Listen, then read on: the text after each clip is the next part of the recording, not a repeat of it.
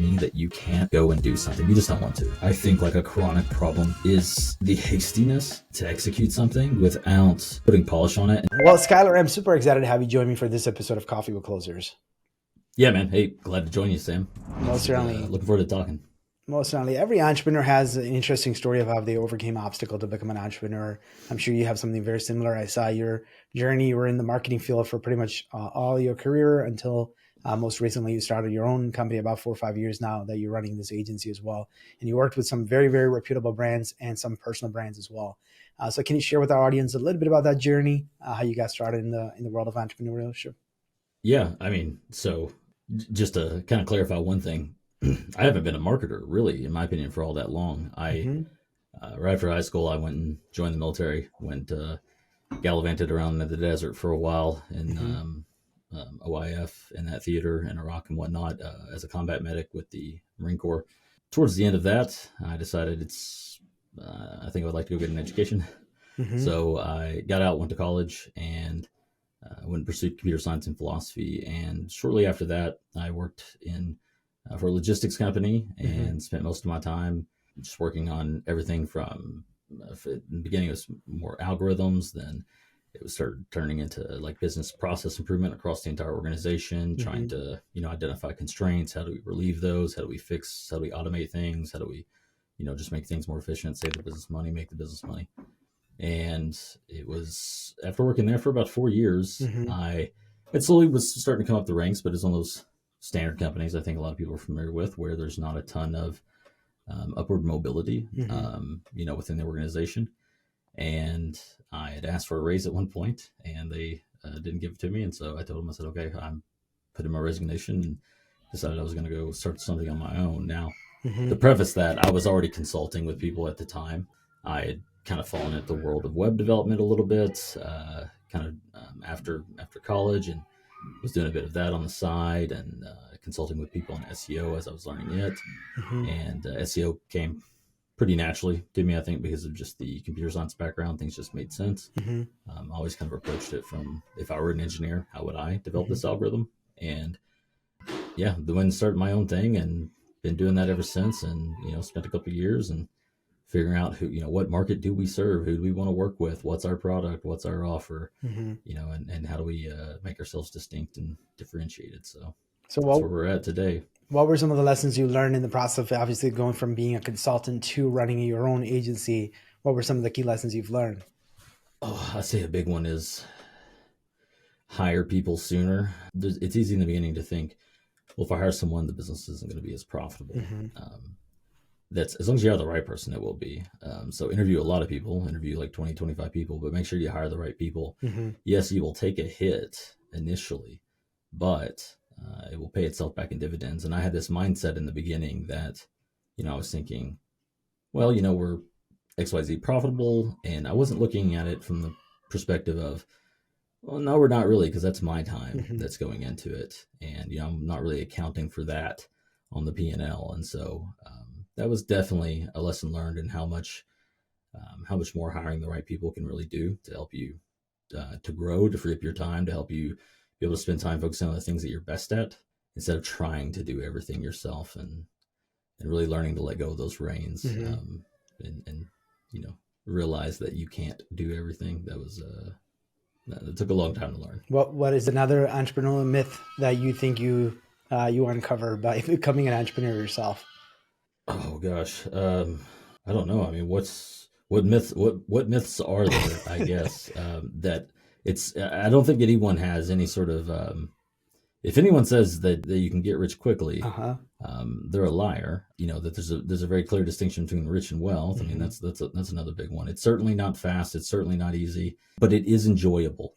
And you have to remember why you're doing it to begin with. And if you start to find yourself not getting joy out of it, if you start dreading going to work, going to the job that you've given yourself, then that's exactly what you've done. You've given yourself a job, and you're not really being an entrepreneur anymore. So you have to diagnose that and figure out what happened. Yeah, and mostly entrepreneurs are creators, right? Like, we don't like just anything to be just stagnant and staying the same. We always want to be innovating and creating something new for sure. Yeah, I am not the get it to the finish line person. unless it's something I'm doing for myself. Mm-hmm. But the moment I accomplish something or I finish building something, I pretty much never really want to touch it again. I'm ready to go build the next thing. And, that's why we built a team here internally. We have an R&D function actually specifically for that, so they can roll things out to, delivery and operations.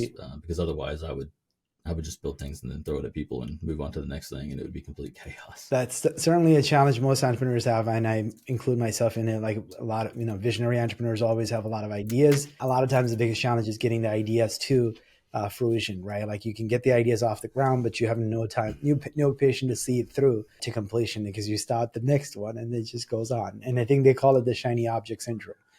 Right. Oh, definitely, and it's a big detriment too. I've gotten a lot better at it. I think myself for the past year is just kind of being able to step outside of yourself a bit and look at the situation and really ask yourself, what are you trying to accomplish? Do you want to build something, longer and more long lasting, bigger, more fruitful, profitable, etc. And if that's the case, it's being very selective about what you decide to build and where you focus your energy, because otherwise, there's a lot of problems that I've solved over the past 3 years, things we've built that are just sitting there because we've never decided to take it to market, etc. So there's a lot of a wasted time and a lot of wasted opportunity cost, or a lot of incurred opportunity cost that sits there in your wake. So yeah, we can spend an entire podcast probably talking about that, right? For sure.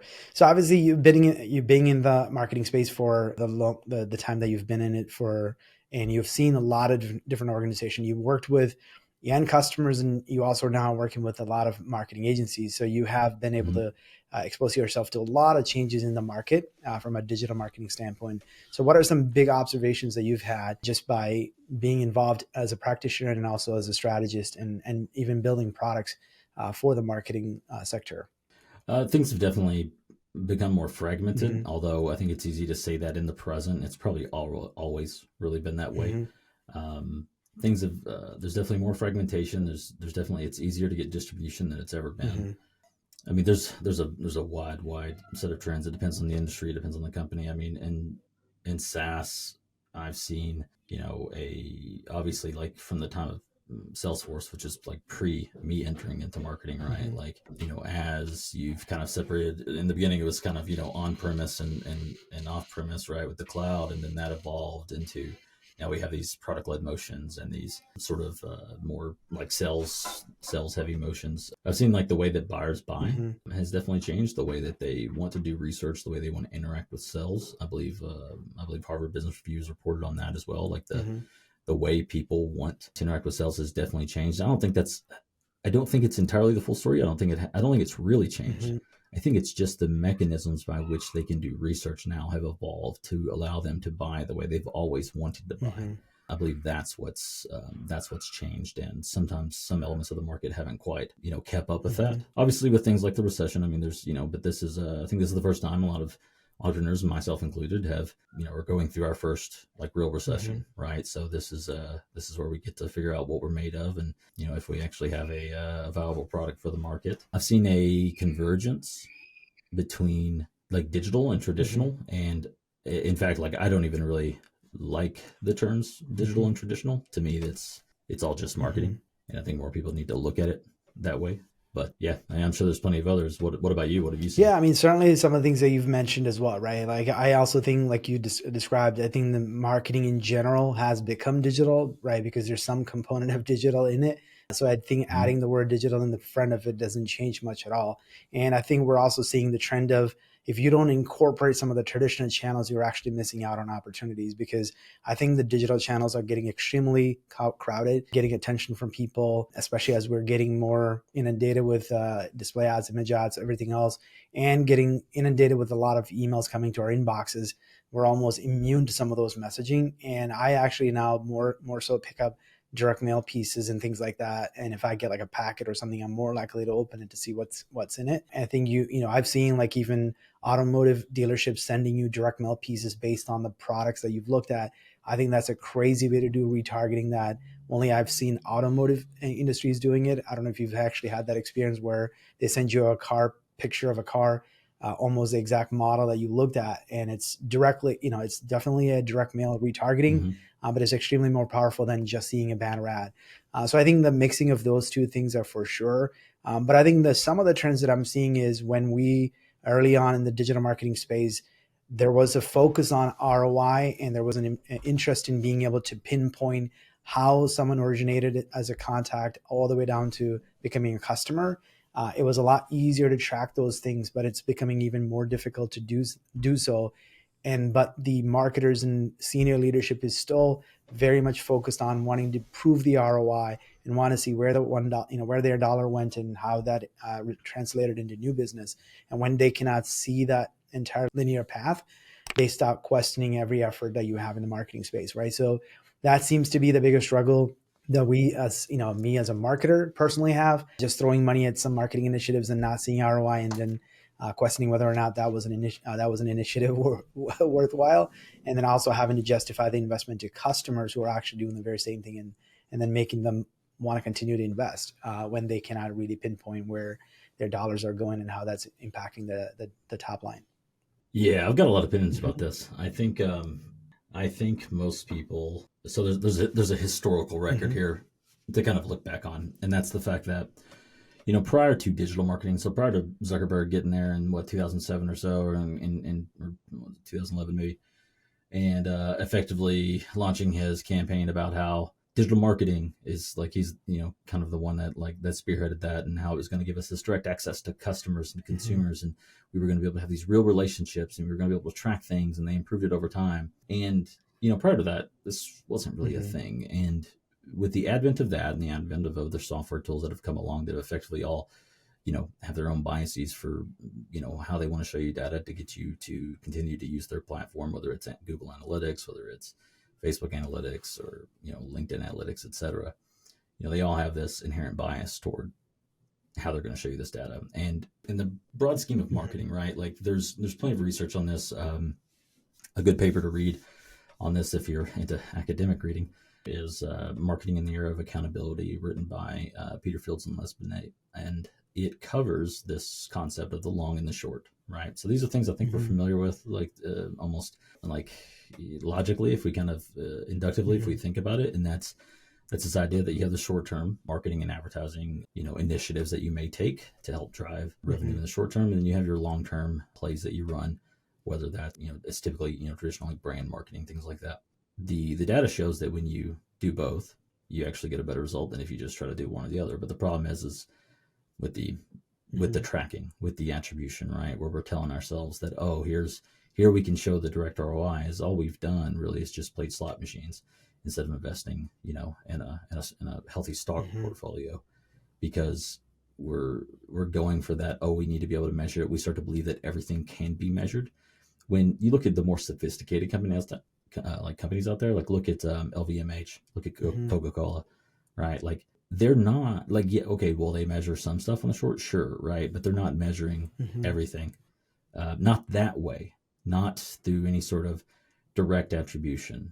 So I think that's one thing to consider, is that if people aren't wanting, and I get it, I run into it too, right? They're like, well, why do we need to invest in this? And I'm like, well, because that's the way marketing works. And if you don't want to do that, that's fine. Like that will work elsewhere, right? Like it's a common problem. I think the other part too is this belief that when we were able to track it more effectively prior to iOS changes and very like what was it, like Apple's email changes when it comes to open rates, things like that, right?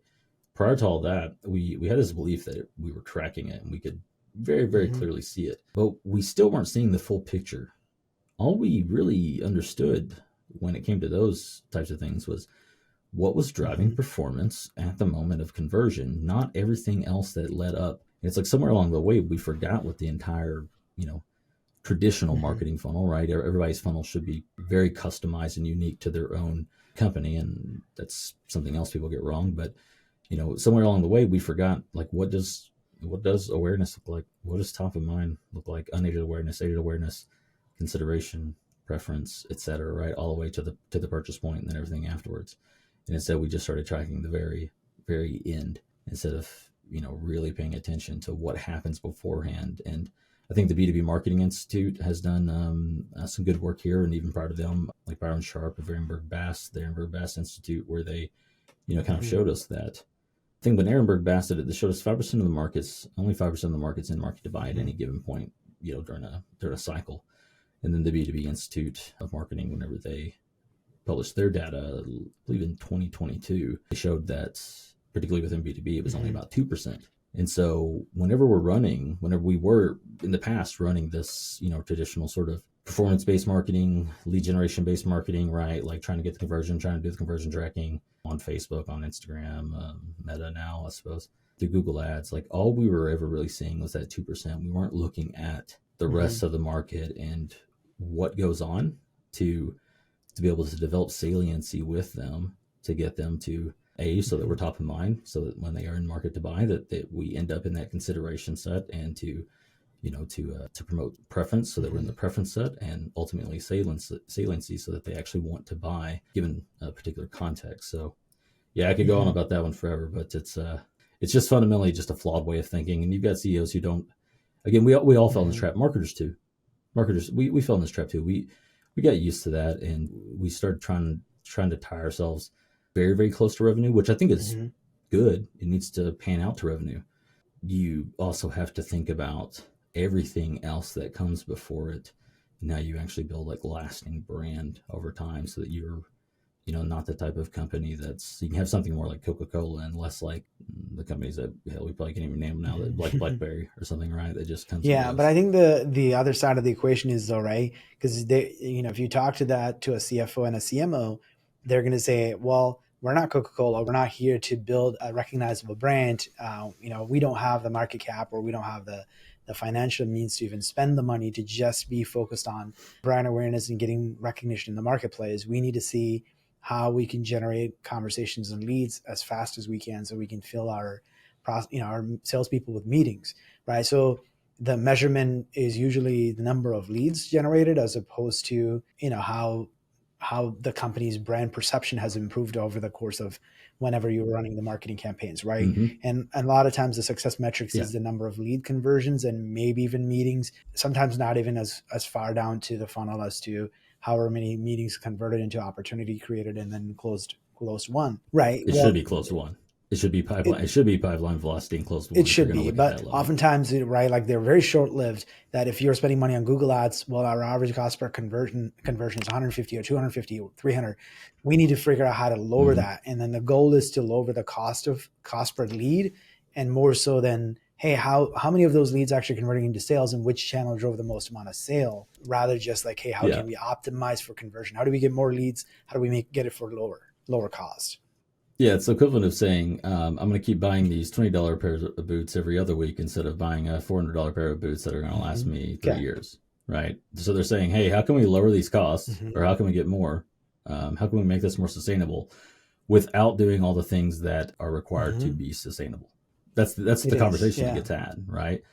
And I'm not one to shy away from it. I just tell them, I'm like, look, let's just do the math here. Let's work out the math. And if they want to, I mean, yeah, you can, there's people out there that are much better at the politicking side of it than I am, but I try to keep myself in a position where I'm comfortable just walking away if I need to. But I think if you are trying to convince people of this, you have to go and talk to your market. You have to go and get customers to talk about how they do things. You have to just show them data. I mean, there's plenty of data out there around this, like real hard, like peer reviewed, real data, not the stuff that, people just make up in a case study half the time, right? Like, and if they don't want to listen to the data, I mean, if you're an in-house marketer somewhere, you're an agency, I mean, play the game for the time being till you get a new job or something. You got to do what you got to do. But I think the conversation I usually have is like, no, we have to balance this. Like, and it's not a balance like a 50-50. It depends on the industry.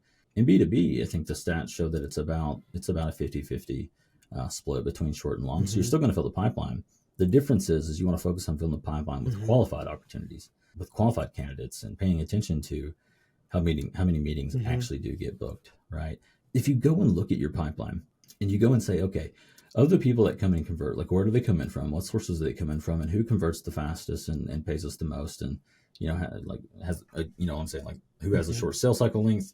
Who do we have the highest win rate with, right? If you go and look at that, it's the people who already know who you are, and when they're in market to buy, they come to you. And so, not to say that you shouldn't do the other approaches too, but if they just keep focusing on volume of leads, I mean, that's a good luck. You're going to exhaust your TAM. You're going to burn it to the ground, right? You're going to end up having like a ridiculous CAC payback time. you're going to be spending way too much on the SDR team that you have working them leads for what? For 0.01% conversion rate, right? So, I mean, I don't know how to change people's minds other than just keep helping other companies be successful, I suppose, and then just say like, hey, look at these. Do you want to be like that, or do you want to be, like these over here? And some people aren't going to change their ways.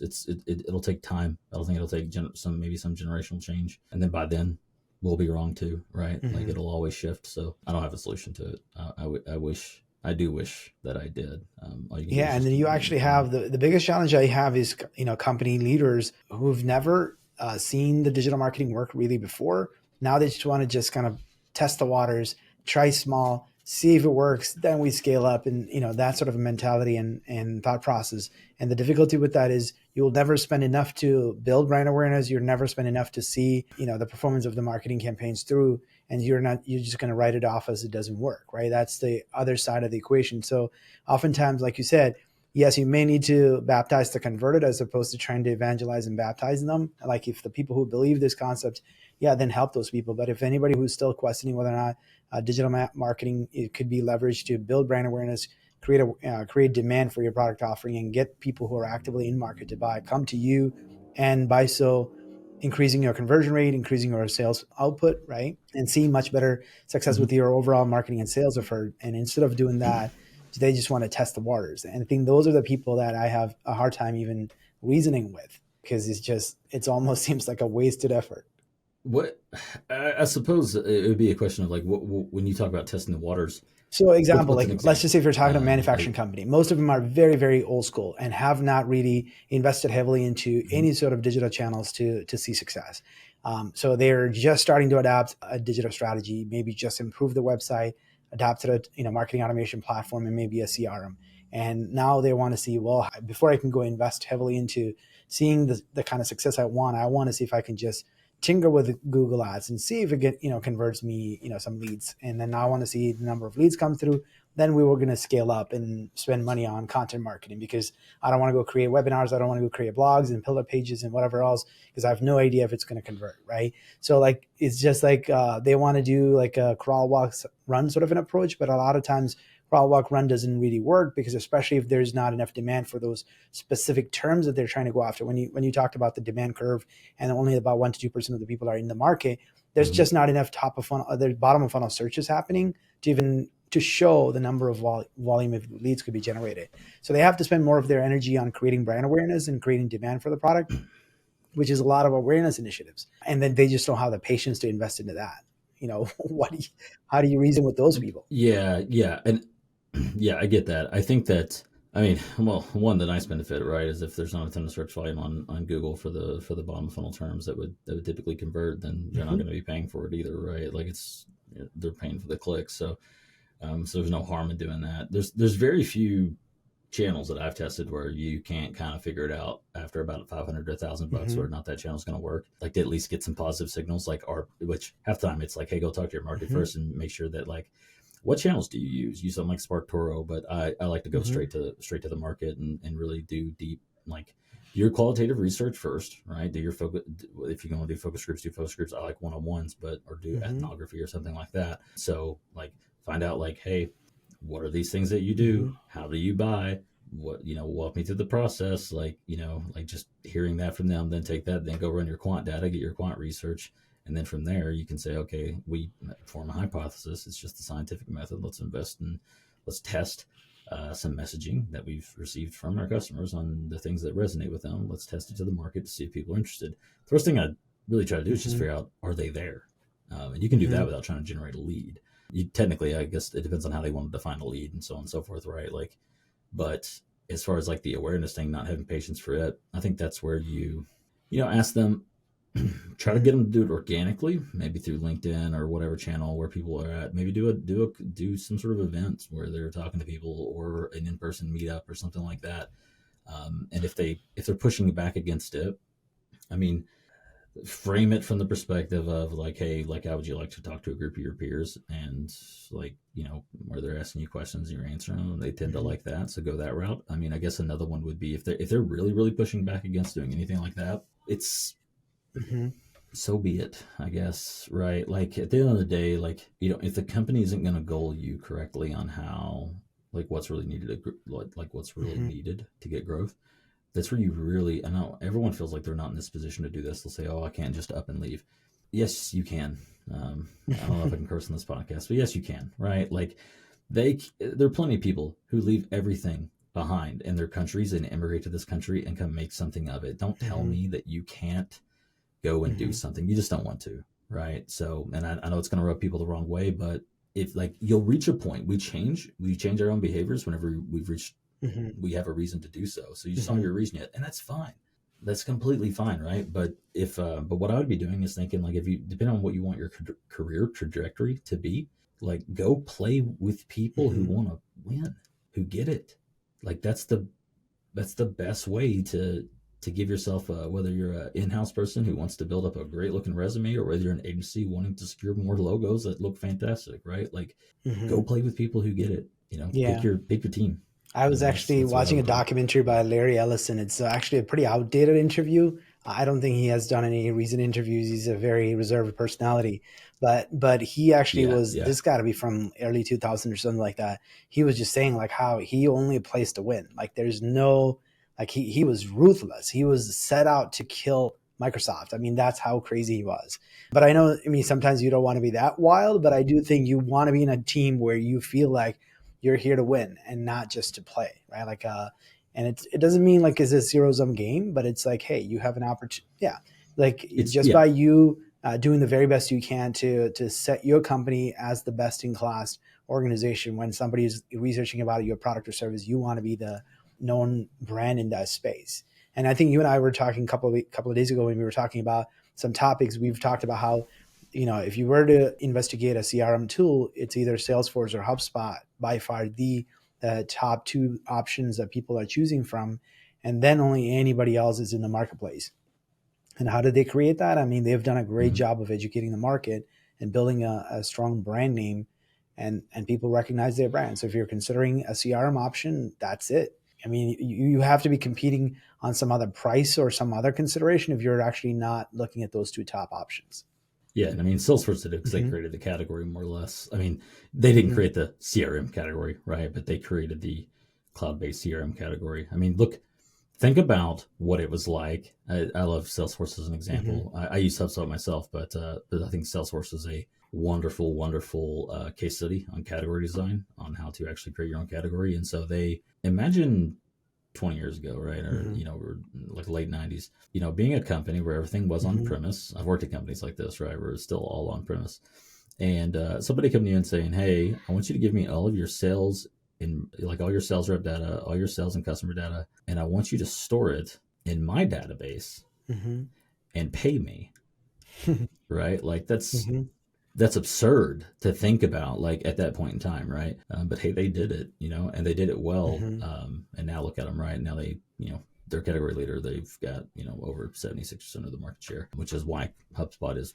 I think at the recent inbound, they're even sort of changing what Hmm. they're trying to change their category They're a to not platform just now be a that you CRM. can connect to. I think they're calling it like customer, Yeah, like a I think customer platform yeah, or something customer like that. intelligence So, platform or something like that. but And also just I remember some of the early days yeah, of Salesforce commercials were like no software, and then they had like this ghost looking character with a cloud shape, and then put like no software on it. That was kind of their whole premise of their offering.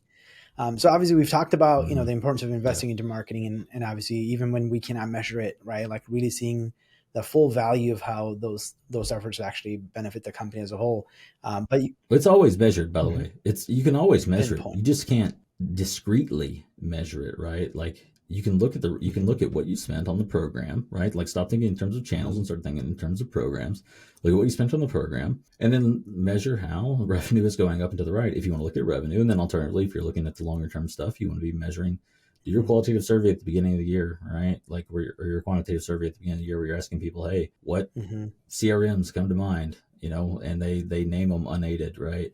Whichever the first one is top of mind.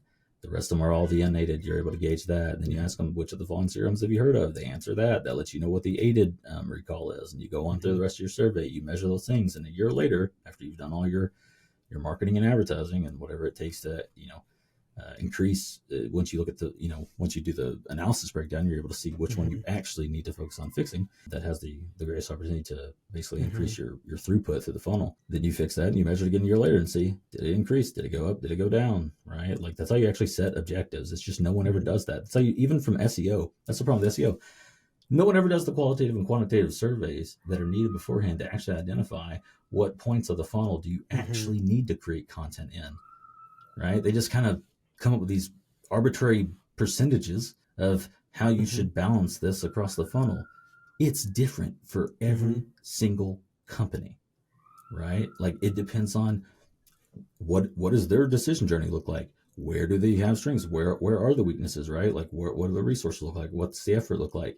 Where do we have opportunity in the market? What do you think you can achieve? What's the time frame we're trying to, dial this in, right? Like, what's your ACV? What's your sales cycle? Like, there's all these variables, and yet most people are just kind of like, we're gonna do 50% top or 50% bottom, 20 whatever, however they want to split it up. And I'm like, okay, go sure, but anyway, sorry to go on a rant there. It's something.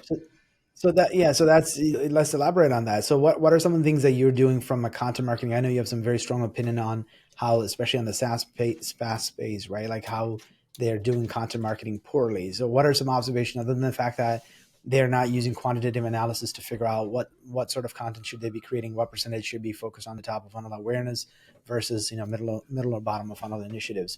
So what are other observations you have about how they're approaching content? Yeah. So I think, that's probably one of the biggest ones that they're just not even aware of. They're not even thinking about it, and and the ones that are probably thinking, "Oh, this just sounds insanely complex to do." It's not. It's an element of marketing that marketers have been doing since marketing became a profession. Really, you know what I mean? So it's so easy to get surveyed out of these days, right? Like it's very easy. So that's one is actually like. Most of them are skipping past the diagnostic phase of actually identifying like what do we need to do? How do we set proper objectives that are based on hard factual data, right? Qualitative and quantitative. That's another problem is too many people look at quant instead of qual. You need both, I think. That's a big problem. I think some other big ones are kind of viewing content in these silos instead of looking at how it all connects together, right? Like you create the content, right? Or maybe you want to validate. A lot of people don't validate the idea before they go and do it. There's plenty of channels to validate ideas on beforehand. You can validate ideas on Twitter. You can validate ideas on LinkedIn. You can validate ideas on TikTok, right? Like just to see positive signals. Does this get any sort of, comments or engagement, right? And if it does, hey, go elaborate on it. Like, what does the market tell you they want to know more about? That's a big one. And then go and actually creating that content and then making sure you're getting it distributed to the people who need to see it. And not like gating it. That's a big one, right? Where people just go put content or they'll run lead gen ads on LinkedIn and then wonder why like LinkedIn bankrupts them because it's like, well, look, people don't get on LinkedIn to download ebooks. I think it depends on the industry though. I'll say that, but in SaaS, that's like in particular. I've chatted with people. I have an entire folder of just ebooks that will be read one day, maybe, right? Maybe I'll will them to somebody like they're in there and I'll download them with the greatest of intention, right? But I'll get to them eventually, I guess, maybe. But the not getting the message across the right channels, not doing it frequently enough, wanting to change things too often, not wanting to actually like develop a real strategy beforehand of like how do we win, like where are we set to play, how are we going to play, measuring it properly, right? Like we've already kind of hashed that one out. I think I've seen some companies, and it depends on the type of company you run, but you can kind of play the like high volume game and leverage GPT, or you can play the like we're going to be different game and actually become the company that people aren't just always finding on Google, but instead remember and actually come back to for information over time. And I think that's the way you win. But a lot of them don't. They kind of cut corners on that, not investing the proper amount. If we're going to talk like content marketing when it comes to say what you would do on say some advertising channels or more like visual channels, it would be not investing enough creative. Enough variations to make sure your frequency isn't just saturating everybody. SEO like has its place, but it also doesn't have its place depending on the constraints of the business, right? But thinking that any one channel is going to be a silver bullet, that's a common problem. There's a ton, and there's all solutions to all of them, but it mainly comes down to you got to figure out what your actual problem is first and really answer the question like what problem are we solving here and what are the appropriate approaches to and tools and mechanisms by which we can solve this problem and measure our progress towards solving this problem. So imagine that if you're hired as a CMO of a SaaS company and it's a They have the aspiration to build a category. There's a couple of major players in the space, maybe, but it's already a they're trying category. to, Yeah. right? Like they're trying to be a category leader, Yeah. right? And they want to make their name known in that space. And if you were to take on that role, how would you kind of prioritize the initiative? Especially, let's just say if they're trying to go after like engineers or something as their target audience, right? Like they're trying to some sort of a CAD drawing, some sort of a product to is the competing products or something like that. So if you were to go help them, like how would you prioritize kind of the medium and the type of content assets that you would create, especially when you're saying like I'm with you 100% on gated content. I am sick and tired of downloading stuff, and if you're gonna do ads to me, just show me what the heck it is. So let me just see if I'm gonna find any value in it, and then I'll decide if I certainly want to contact you. And I'm same with the webinar too, even though we do webinars, I think but webinars are I'm fine. also just not interested.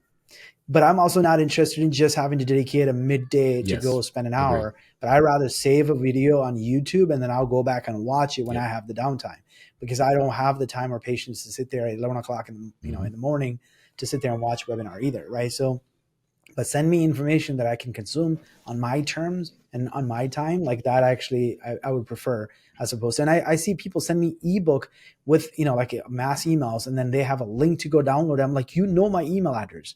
They need What that more do click you though, need? bro. I just need to just click it and open it, right? Like, why do you force me to go fill out a form? Like, there are marketing automation platform already knows that you converted before. Why can't you just direct me to the page where I can consume it? Like, you're putting another friction in front of me to convert, which, I'm sure they're using progressive profile to collect more information, but oftentimes it's not. They're asking the same information they already have about me. How It doesn't much make sense. But information do yeah, you going back to need? our, Right. Like that's the question. I mean, I yeah. So know. there's a few thoughts here. I mean, one, just to kind of just once fresh in my mind from what you said. The I think like a chronic problem is the hastiness to execute something without putting Mm-hmm. polish on it, and that's just because that's the way I think, right? And as for some tools, there's plenty of tools out there where you don't have to.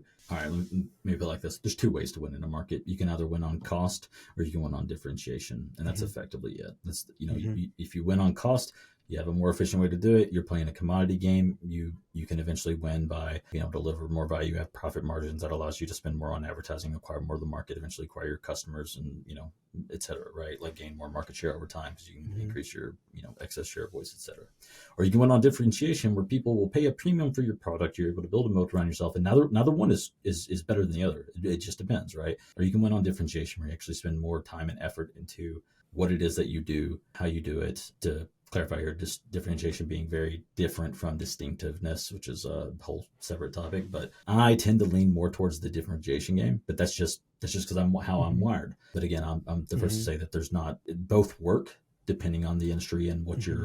what your resources look like. But what's funny about a lot of these motions that I see people do, like you're talking about the ebook, they'll also do this ebook, right? Let's say you did open that ebook, how many times have you seen someone send you an ebook, but they don't take the time to build a table of contents? Like on the left Mm-hmm. pane bar instead of something like Preview or Adobe, right? Like there's no actual table of contents that Mm-hmm. jumps between the sections. This is a very, very easy thing to do, right? But what do? Mm-hmm. They have some blog article or some long form article and they just save it as a PDF and say, oh, here's an ebook. No, that's a blog article Mm-hmm. saved as a PDF is what that is, right? Like that's all that is. Like Mm-hmm. it's not in any sort of format Mm-hmm. that anyone would consider to be a book. And so there's a lot of Mm-hmm. laziness that I think is just chronic there. Same thing with a webinar, right? They'll say, hey, come to this webinar, right? And yes, a lot of them are sending it to people after the fact, but it's like, look, if you want attendance, why not think about the time that you're going to run the webinar? What do? They run at Mm-hmm. 11 o'clock, 1 o'clock, right? Depending on the time they're trying to catch you on your lunch or something like that. Who wants to go to a webinar on their lunch, right? I think the better thing to do is actually ask people, like, when would you like to attend a webinar? There's plenty of professionals out there who will say, hey, look, it's the end of the day. Mm-hmm. Maybe they get home, they've already wound down. They think, hey, I'm willing to kind of go and attend this, especially if it's any sort of Q&A or something like that. They'll go and do it.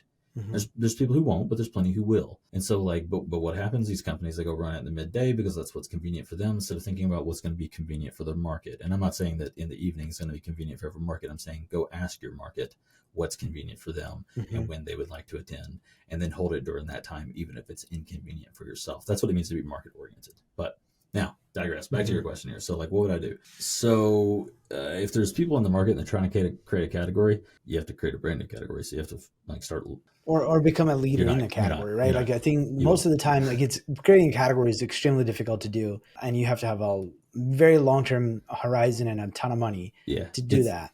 But let's just say the product, category exists, and you just want to get in there because that's a lot of times it's an aspirational goal to get into that, right? Hey, we have, I'm seeing like 7 different companies on the G2 list of software for that. I just want to be on the top there, and I want more reviews. I want more people to know that I exist. Yeah. So if you're okay, so no, it's fine as long as they enter it from this mindset. First, they need to look at the data and understand that yes, it's very, very difficult to create a category. There's a lot of people who failed. 2, if they're trying to enter into a category and become a leader, it's even harder to unseat the category king or queen, right? Like it's even more difficult and rare to do that. So first they have to understand they're going to play that game. And so good luck, right? Like you actually have a better shot of creating a new category. And it's usually just by slicing off a piece of the segment of where there's like problems that aren't being, served. And more importantly, if you're going to go that route, because that's actually a little bit easier to kind of create a category that way, because you're effectively taking a category and saying, I'm creating the category,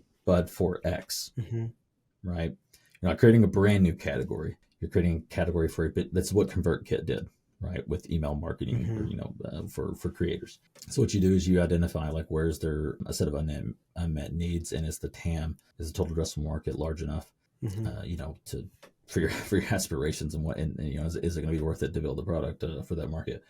And then from there, you build that product, but you also, there's another key thing I think a lot of people forget about, and that's you want to make sure that whatever you build or whatever segment that you're going to slice off and try to kind of create into its own little market, you want to be able to say, like, ask yourself this question, what would have to be true? All right, so this is from Roger Martin here. What would have to be true such that if I were to do this, that the things that we do that make us become a viable alternative to this company are the things that the category leader, the people we're competing with, our competitors, could not do or would not do, right? That's, you have to be able to, you're not going to be 100% accurate, but if you're going to take a bet, which you're already doing anyway, you might as well try to set your deck up, stack it as best you can. And that's to really say whether it's operationally or culturally or just from whatever way they want to approach business, what won't they do or can't they do, and then do those things. If you can't find one of those, I don't think that you're going to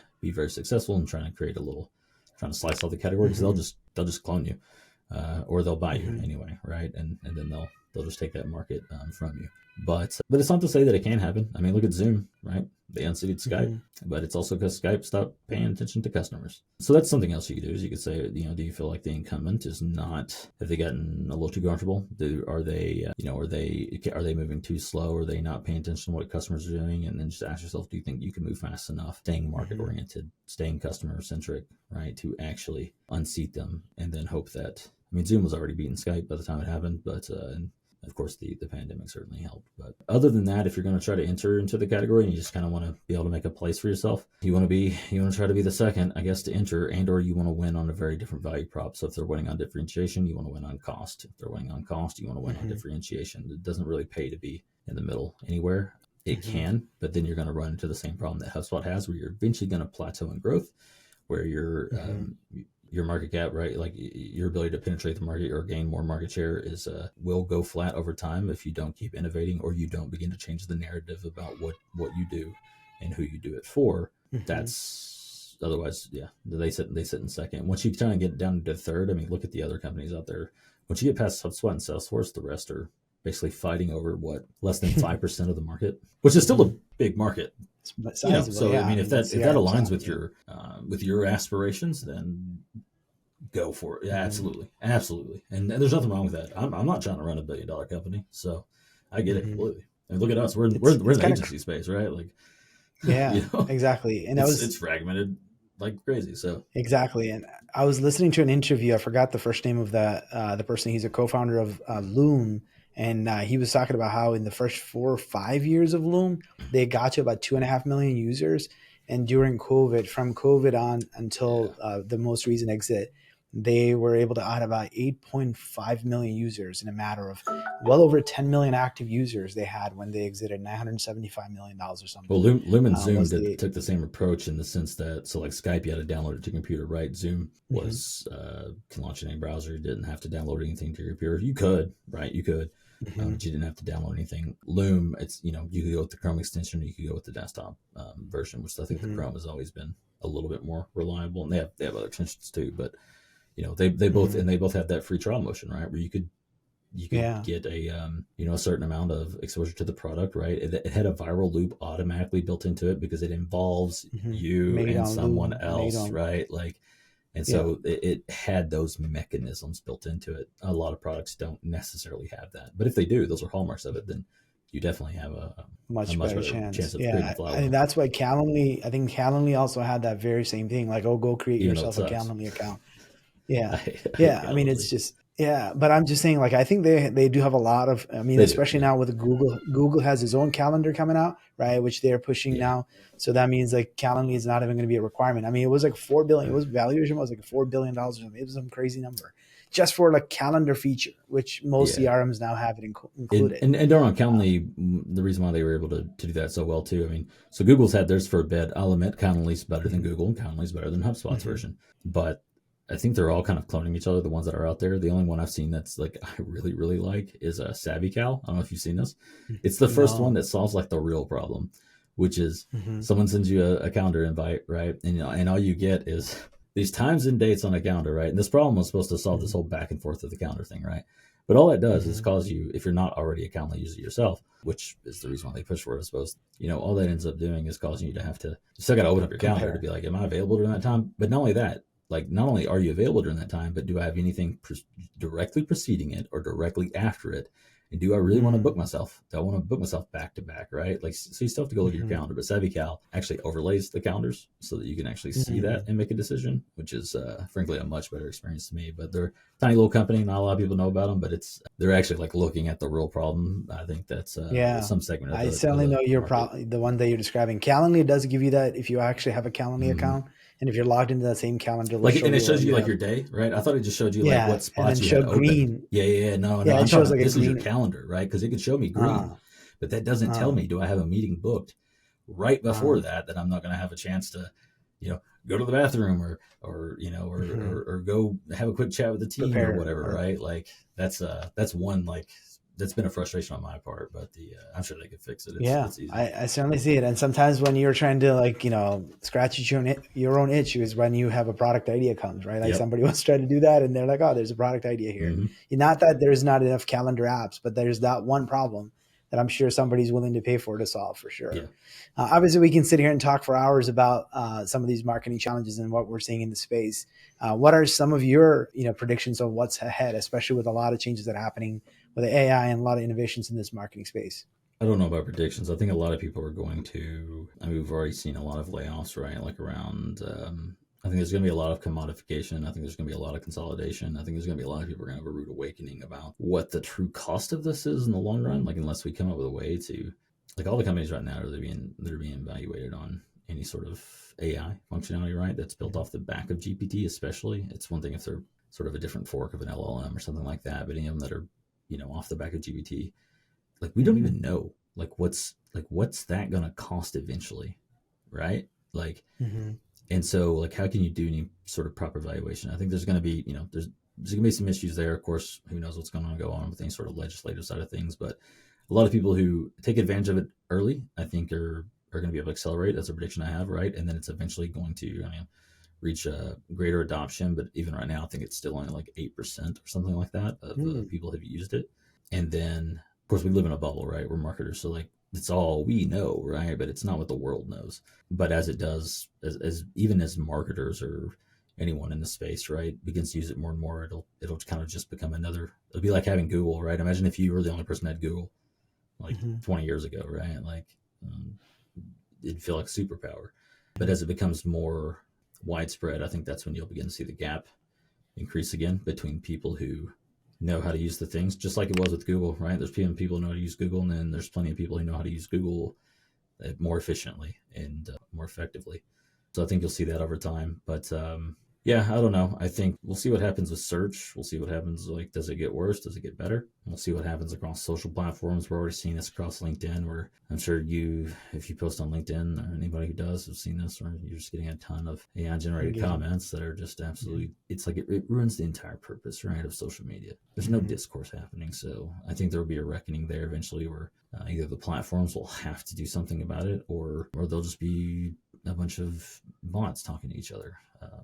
I don't know. Maybe we'll just all regress back and just end up like calling each other again and like meeting up in person. Who knows? But yeah, I don't know. A lot of people are lazy, and I think it all just kind of shakes out, and it's just one more technological advancement. So Yeah, I mean, there's no original thought these days if everybody's just relying on AI and then just, just regurgitating the same thought and in different words, which is also going to kind of remove the authenticity, right? Like actually what someone thinking about a problem or a concept or something.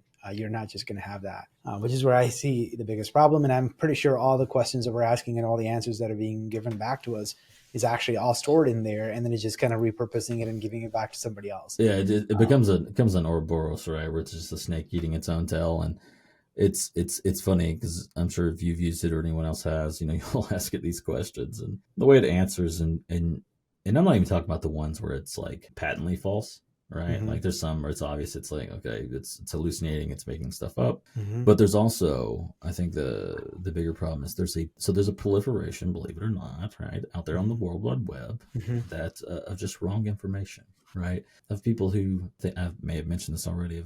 I just said something to somebody about this earlier. It was about, they were talking about the point of content. They were talking about one of the primary points being top of mind awareness, and I said, do you even know how to measure top of mind awareness? Most don't, right? But you got everyone talking about it. Everyone's talking about awareness, right? And most people don't even know, like, it's a quantitative measurement tool that you actually go and measure with with market research survey data. But everyone talks about it like they know what it means. And then what ends up happening is you got people writing blog posts who are talking about these sorts of things. People talking about differentiation, don't know what differentiation means, don't know what saliency means, don't know what distinctiveness means, right? Like they're just throwing nonsense out there. And then the LLMs eat it all up.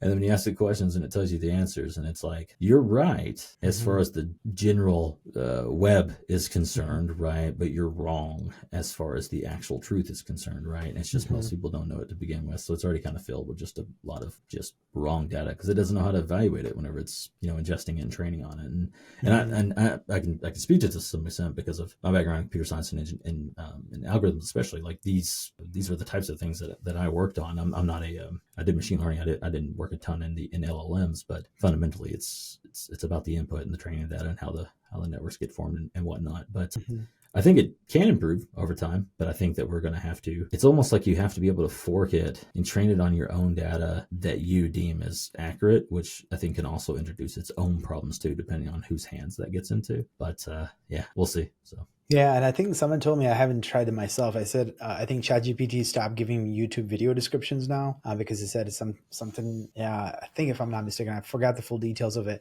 So I'm pretty sure it's going to stop doing certain things. It's going to say, well, I can't do this because of this. Or you can copyright certain website content, so it's not going to be able to crawl it. And it's going to say, well, I can't provide that answer because it's copyrighted information, right? Like you said, a lot of what it knows is just from what's scraped from the web, and it has no way to verify if that information is actually accurate, or it's just somebody's thought, and it's just kind of scraping that information and giving back to you as truth, which oftentimes is probably not the real truth. Again, the problem is too, a lot of people will look at it and say, oh yes, this matches what they have been taught by some internet marketer's blog out there, right? Instead of like, they don't have like a formal education in marketing. I'm not saying that you have to go get a degree in marketing to learn this stuff, but it's like these things, like instead of like going back to like, oh, like where did this idea of differentiation come from, right? It's like how many people can answer that, right? But they'll talk about it, but they have no idea who like Skyler Reeves is, right? Like, and like where this all came from, or Clay Christensen or anything like that, And so it's like, there's just go read the books, just they're out there, right? You'll read this material and you can actually learn how this stuff works. So you'll be able to evaluate, what you're reading online. But yeah, I don't know. I'm okay with it, right? Because it gives us a competitive advantage. So that's true. So obviously, knowing what you know today, what advice would you give the younger Skyler? Sleep more, exercise more, and hire people sooner That's probably the biggest one. Like all three of those. One, like just take care of your health and hire people sooner. Like buy back your own time. Like read Dan Martell's book or something, and realize that it's not a cost, it's an investment in getting back your own time. That's probably a lot farther along if I'd hired people sooner. And need to tell myself that every day, I think. So great advice for myself. My phone also tells me I have like 4.5 hours or something in average sleep. So great advice for me. Rest and exercise. Yeah. Well, Skyler, I enjoyed our conversation, Skyler. I can certainly talk to you for hours. Could have talked about so many different topics. Appreciate you sharing your life experience and wisdom with my audience. Thank you. Yep. Thanks so much, Sam. This episode of Coffee with Closers is brought to you by OneIMS, a leading digital marketing agency helping businesses win new customers. To request a free marketing ROI audit, please visit oneims.com. If you enjoyed this video, please share it. To make sure you never miss an episode, please subscribe.